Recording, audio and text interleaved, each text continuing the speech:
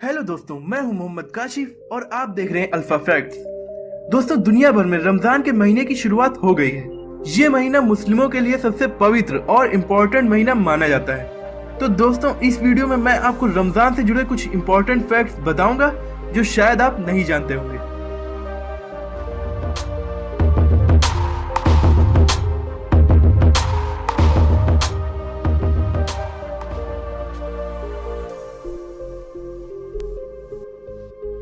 Ramzan Islamic calendar हिजरी का 9वां महीना होता है।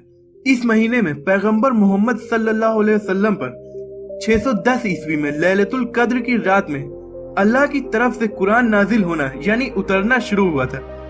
इसीलिए इसे इतना महत्वपूर्ण महीना माना जाता है। रमजान का महीना अपने सख्त रूल्स के लिए दुनिया भर में जाना जाता है। इस महीने में मुस्लिम सुबह से लेकर सूरज डूबने तक कुछ नहीं खाते हैं, ना ही कुछ पीते हैं। इसके अलावा इस महीने में लड़ाई झगड़े से लेकर हर तरह की गलत आदतों से दूर रहने की हिदायत दी जाती है। यहाँ तक कि गलत सुनने और बोलने की भी मनाही है। रमजान के महीने में अपने हाथ और पैर का गलत इस्तेमाल करना भी रमजान के नियमों के खिलाफ है। यहाँ तक कि लड़ाई को देखना भी गलत समझा जाता है।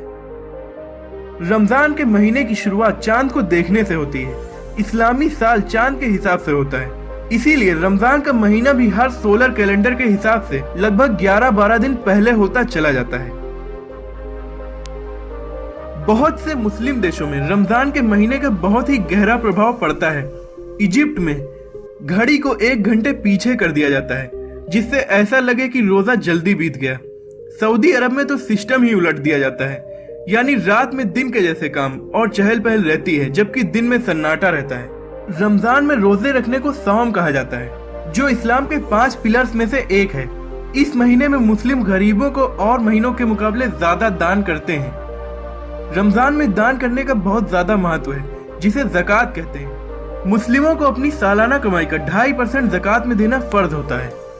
रमजान के महीने में कुरान पढ़ने का बहुत ज्यादा महत्व है। इस महीने में मुस्लिम अपना ज्यादातर वक्त कुरान पढ़ने में बिताते हैं। रात के वक्त तरावी पढ़ी जाती है, जिसमें मुस्लिम कुरान को सुनते हैं। ये नमाज लगभग 1.5 से 2 घंटे तक पढ़ी जाती है। मुस्लिम रोजा खजूर खाकर तोड़ते हैं, क्योंकि पैगंबर सल्लल्लाहु अलैहि वसल्लम ऐसा करते थे और उन्होंने मुस्लिमों को खजूर से ही रोजा खोलने की हिदायत दी थी।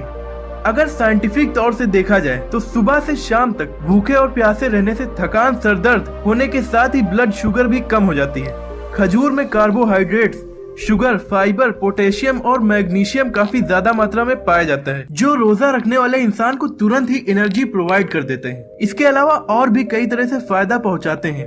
रोजा रखने का वक्त सुबह से लेकर सूरज डूबने तक रहता है। इसीलिए दुनिया की अलग अलग जगहों में